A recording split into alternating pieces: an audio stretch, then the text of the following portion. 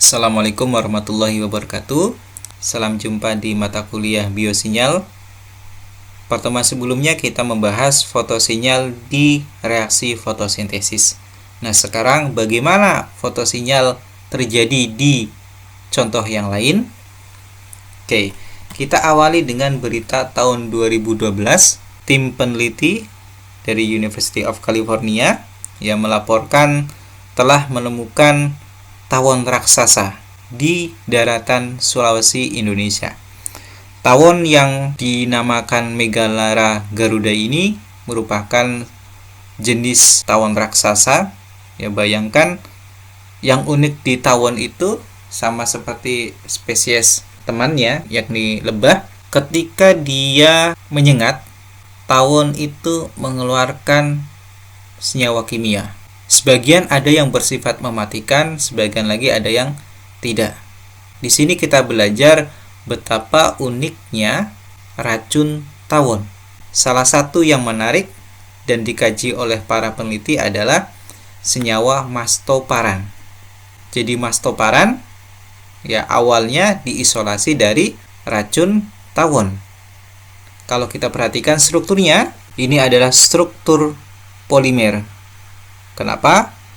Kalau kita perhatikan ada struktur yang berulang. Ya kan? Ada struktur yang berulang dan panjang. Oke ya. Struktur apa itu? Oh, ini perhatikan polanya. Ada CONH, ada CONH, ada CONH dan seterusnya. CONH di sini apa sih? Ini ikatan Tidak, artinya mastoparan ini merupakan protein. Nah, kalau kita hitung, ini asam aminonya itu ada 14, maka disebut tetradecapeptide.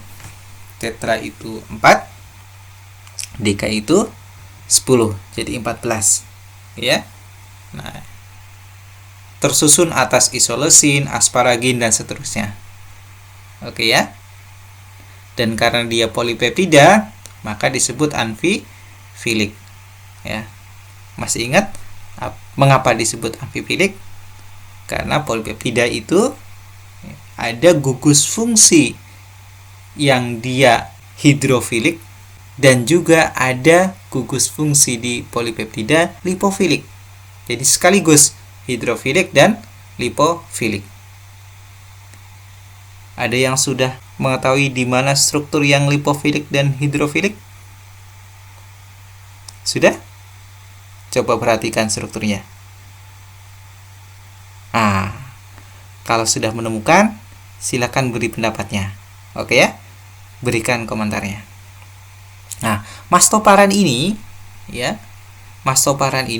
ternyata memiliki banyak fungsi. Beberapa contohnya adalah dia membantu dalam degranulasi mast cell atau mastosit. Ia juga berperan dalam mobilisasi ion kalsium dan juga memodulasi berbagai enzim. Salah satu contohnya adalah ketika mastoparan dia bereaksi terhadap mast cells. Jadi ada dua cara. Yang pertama adalah dengan cara melalui competitive binding. Bisa lihat di sini. Ya, jadi mastoparan dia akan berikatan dengan subunit alfa di protein G. Ya, selanjutnya menyebabkan transduksi sinyal yang meningkatkan konsentrasi Ca2+. Kalau Ca2+-nya lebih banyak, maka dia akan menstimulasi terjadinya eksositosis histamin, pengeluaran histamin. Yang kedua adalah dia berikatan dengan protein, ya, bisa protein G, tapi tanpa memengaruhi konsentrasi Ca2+. Jadi langsung menyebabkan eksositosis dari histamin. Selanjutnya, mastoparan juga ternyata bisa menghambat fotosintesis. Sebagaimana kita ketahui, Dalam fotosintesis itu kan ada reaksi fotolisis, yaitu pemecahan molekul air menjadi H+ dan radikal oksigen. Kalau terbentuk radikal oksigen, berarti dia bisa menghambat terjadinya fotosintesis. Ternyata mastoparan juga bisa menginduksi terjadinya pembentukan radikal bebas. Artinya bisa menghambat fotosintesis. Oke, penelitiannya ini menggunakan Asparagus sprengeri ya, meneliti sel mesofil, dan ternyata si mastoparan ini kesimpulannya bisa menghambat fotosintesis di tanaman ini. Selanjutnya adalah green fluorescence protein atau GFP. Jadi GFP ini awalnya adalah protein yang diisolasi dari ubur-ubur. Nah, kalau kita perhatikan, kalau ada ubur-ubur kena cahaya, itu ada yang mengeluarkan atau mengemisikan warna hijau. Jadi warna hijau itu sebenarnya karena apa? Karena GFP. Kenapa kok bisa mengeluarkan warna hijau? Ya, ternyata ketika ditelaah, protein GFP ini ya tersusun atas 238 asam amino. Dan dari 238 itu ada 3 asam amino yang kita sebut kromofor. Nah, ini nih di bagian bawah, kromofor.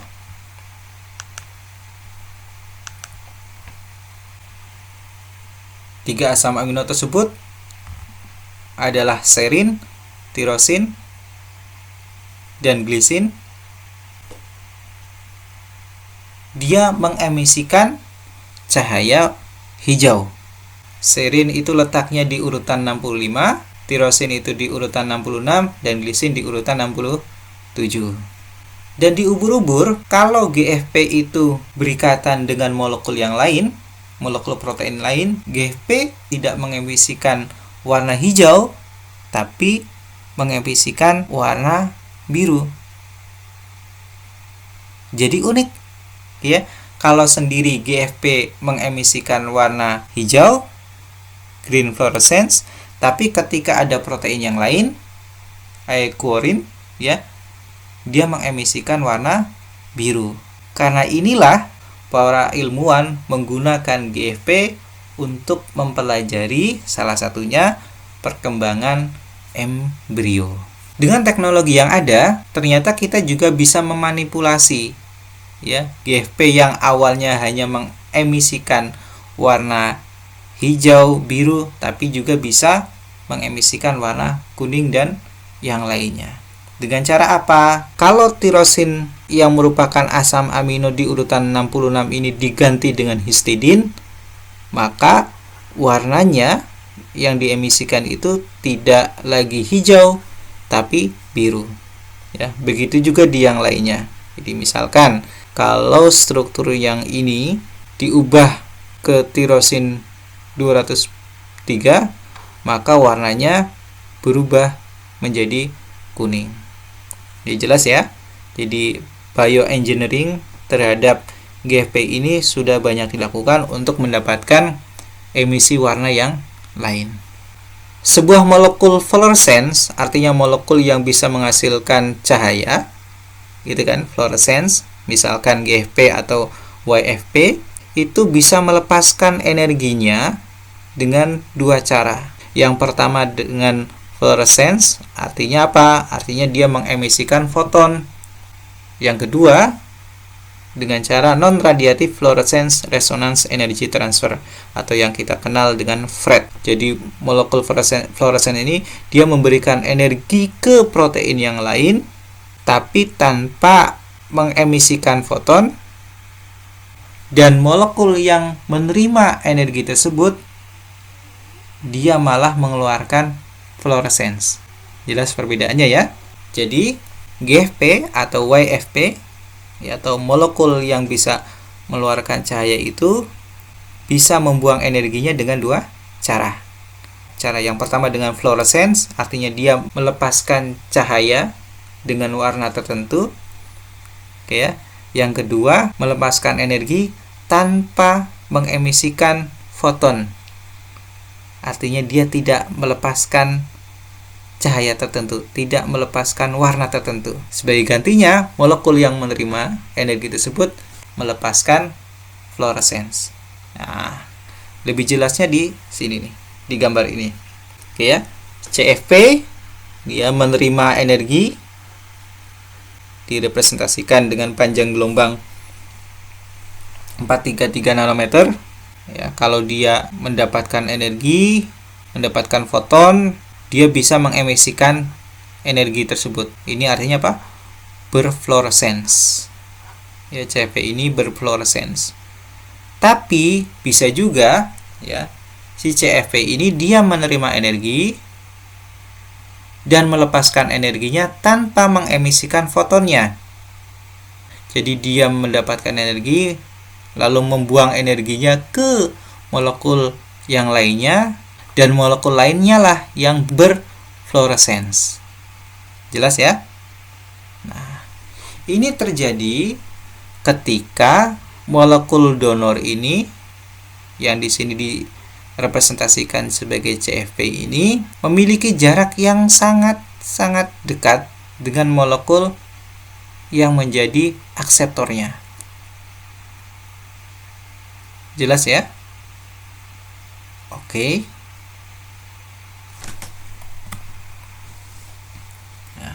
Dan FRET ini menjadi teknik yang sangat powerful untuk mempelajari berbagai interaksi molekuler.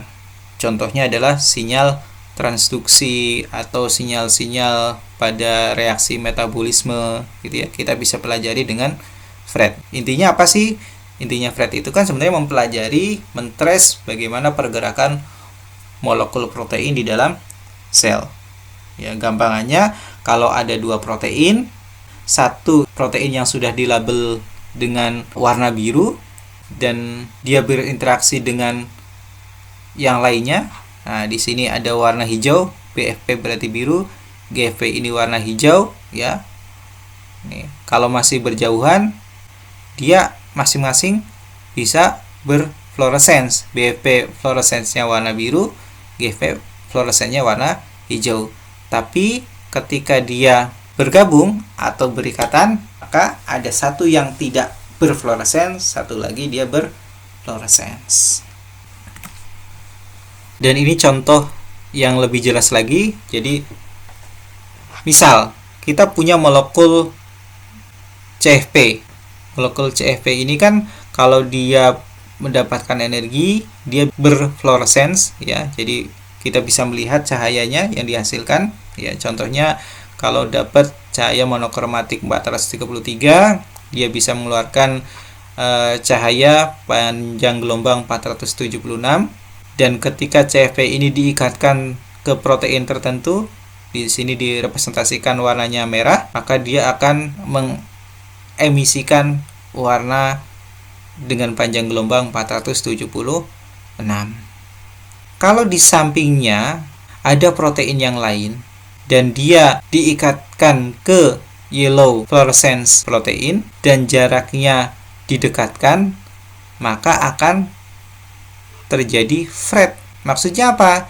Ketika CFP ini menerima energi cahaya panjang gelombang 433 nanometer, si CFP ini akan mengeluarkan energinya tanpa mengemisikan fluorescence, tapi itu diterima oleh YFP di sini, dan YFP itu mengemisikan energi, ya, mengemisikan cahaya dengan panjang gelombang yang identik dengan YFP-nya, bukan identik dengan CFP-nya. Kalau YFP kan warnanya kuning 527. Kalau CFP di sini seharusnya mengemisikan warna siang. Karena jaraknya dekat, maka mekanismenya bukan dengan mengemisikan fluorescence tapi dengan FRET.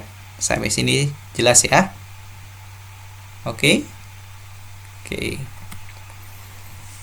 Selanjutnya, dengan FRET kita bisa menghitung konsentrasi CAMP. Caranya dengan apa? sebagaimana kita ketahui, pada kondisi konsentrasi CAMP yang rendah, maka ya di sini bisa dilihat ya, molekul yang terikat BFP ya itu akan sangat dekat jaraknya dengan molekul yang diikat dengan GFP. Akibatnya ya, ketika ada cahaya, misalkan panjang gelombang 380 nanometer mengenai BFP, maka BFP ini akan memberikan energinya ke GFP sehingga GFP-nya mengemisikan warna hijau. Oke, jelas ya? Nah, kalau CAMP-nya itu meningkat konsentrasinya dalam kondisi konsentrasi CAMP yang tinggi, maka protein yang sudah diikat BFP dan ini protein yang sudah diikat dengan GFP, jaraknya jadi tambah jauh. Kalau tambah jauh artinya ketika si BFP ini mendapatkan energi panjang gelombangnya 380, maka dia akan mengemisikan fluoresen pada panjang gelombang 460.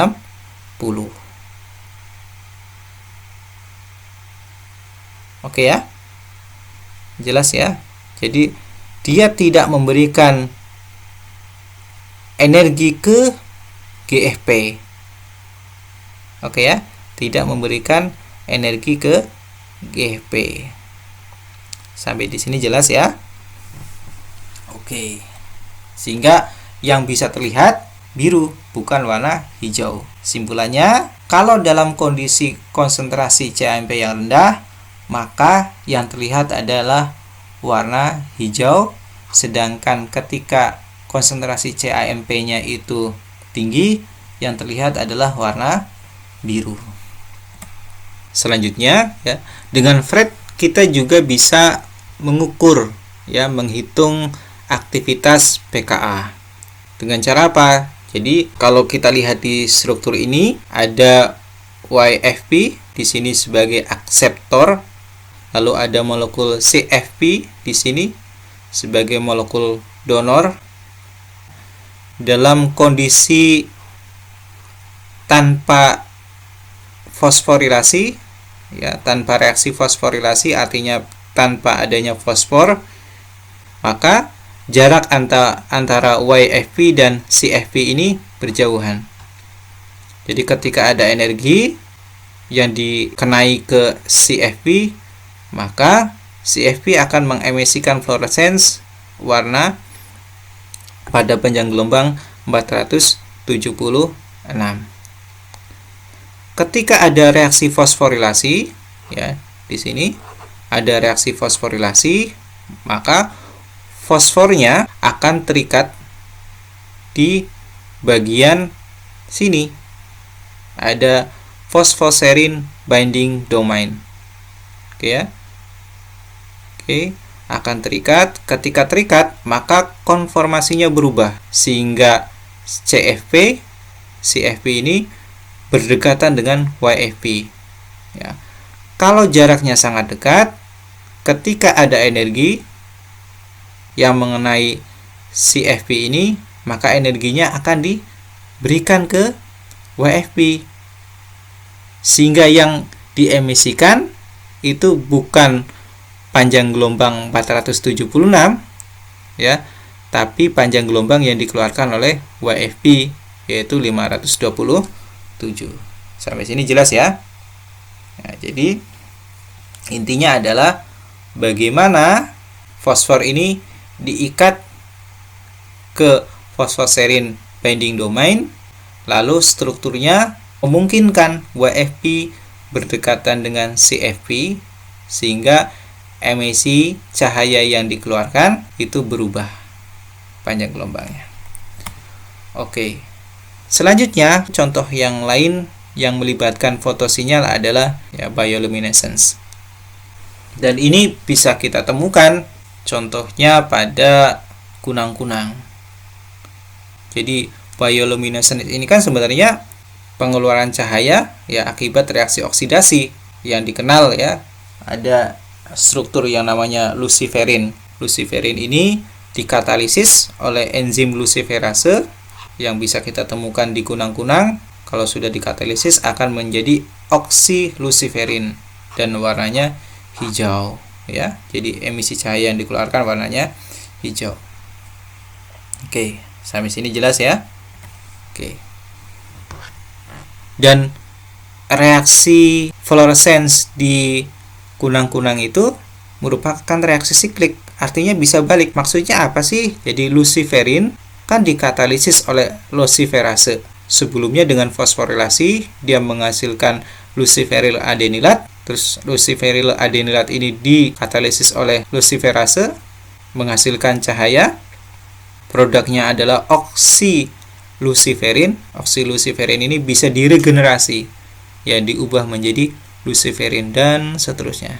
Jadi merupakan reaksi siklik. Dan ternyata ada beberapa jenis kunang-kunang yang dia bisa mengemisikan tidak hanya warna hijau tapi juga warna merah. Kenapa?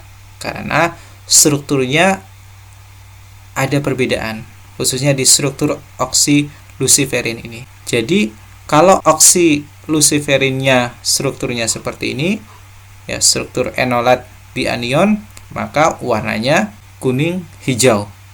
Tapi ketika strukturnya struktur keto, perhatikan yang diberi astetrik ini, ya, maka warnanya berubah dari hijau menjadi merah.